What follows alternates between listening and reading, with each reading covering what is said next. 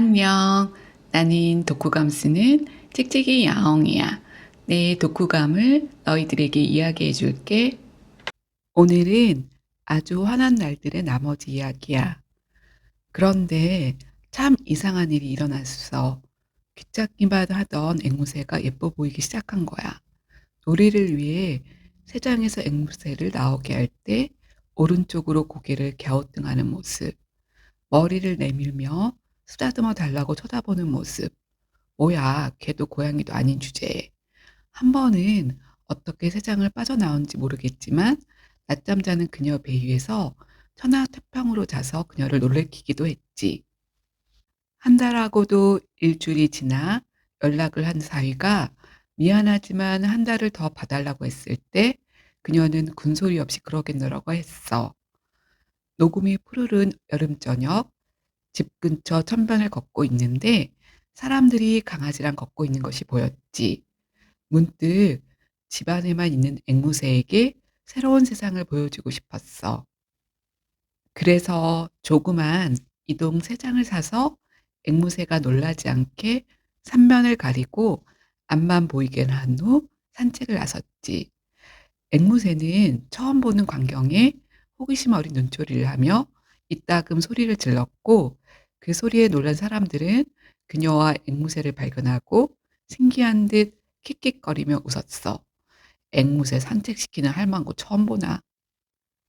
어렸을 때 그녀는 자신을 보고 웃는 사람들의 눈초리를 느끼면 숨고만 싶었지.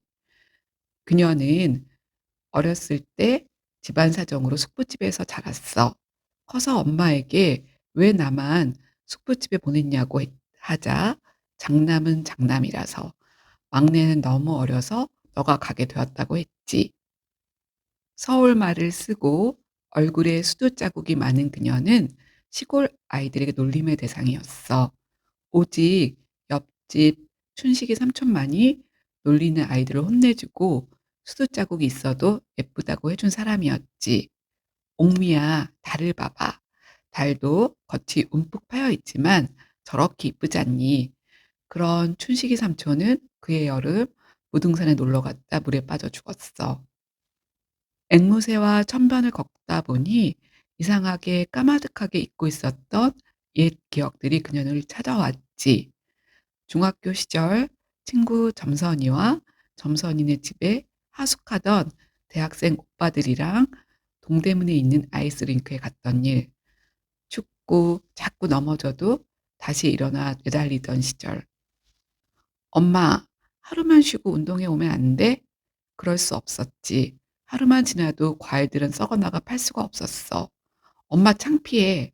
과일차가 다른 차들의 통행을 막는다고 하는 경비원과 소리내어 싸우는 모습을 본 딸이 이렇게 말했을 때 그녀는 분하고 당황해서 딸의 뺨을 때리고 말았지. 그런 그녀의 딸이, 아이 같던 딸이 손주들을 낳았을 때 얼마나 걱정하고 이뻐했는지. 그러나 그렇게 이쁜 손주들을 보는 것은 자신이 아닌 사부인이었어. 딸은 절대로 단 한 번도 그녀에게 아이들을 부탁하지 않았지. 그렇게 앵무새와 산책을 하던 어느 날이었어. 그녀는 앵무새에게 "너도 세상을 구경하고 싶지?" 그러곤 앵무새를 세상에서 꺼내 무릎에 올려놓았지. 앵무새는 걸어 다니기는커녕 무섭다는 듯이 그녀의 품 안으로 들어왔어. 아이 간지러워. 지나가던 아이와 엄마가 다가오며 "한 번만 만져봐도 돼요?" 물었고 그녀가 고개를 끄덕이자 조심스레 앵무새를 만지곤 까르르 웃었지. "자 이제 같이 집으로 돌아가자." 사위에게서 연락이 왔어. "장모님, 드디어 앵무새를 데리고 갈 수 있어요." 앵무새가 갔지. 드디어 그녀도 일상을 되찾았어. 월요일에 동네 슈퍼 방문, 수요일에 평생 교육원, 저녁에는 TV 시청 등등. 모든 것이 변함이 없었지만 한동안 천변은 나가지 못했지. 태풍이 한 차례 지나간 후 무더위가 꺾이고 나뭇잎들이 시들기 시작했어. 한동안 사위와 딸이 앵무새 사진과 동영상을 보내주었지만 그마저도 점점 뜸해졌지.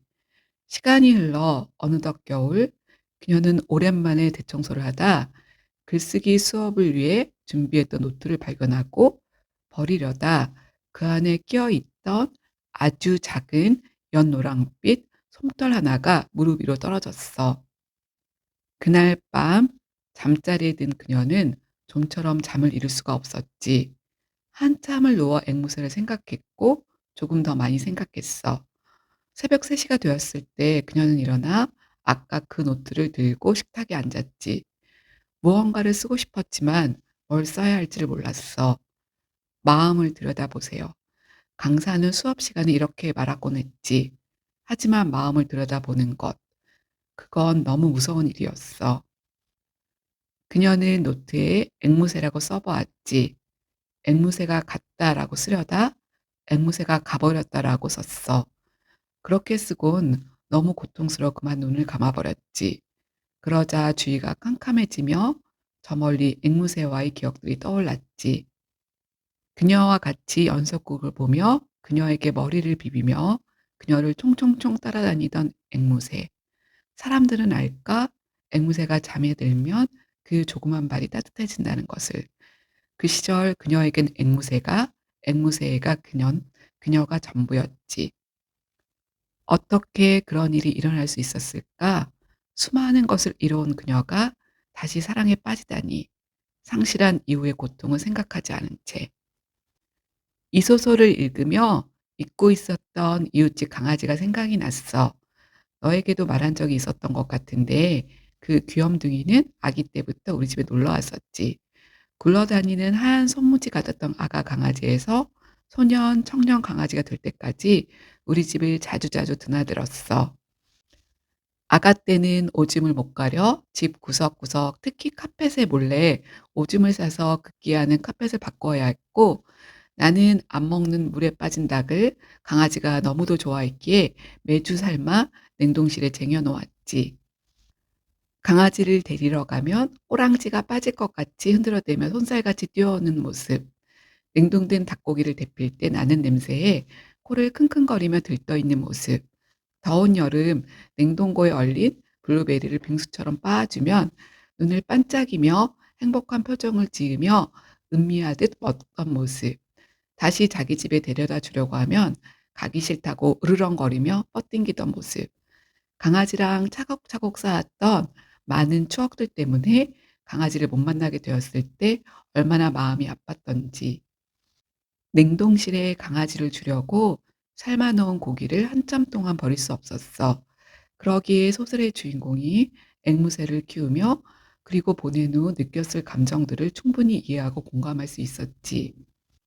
어른이 된 후론 무언가를 아무 대가 없이 사랑하기 어려운 나에게 무조건적인 사랑을 가르쳐 준 강아지와 눈을 돌리기만 하면 꽃과 새순으로 가득 찬 이 눈부신 봄날 같이 공원을 산책하고 싶네.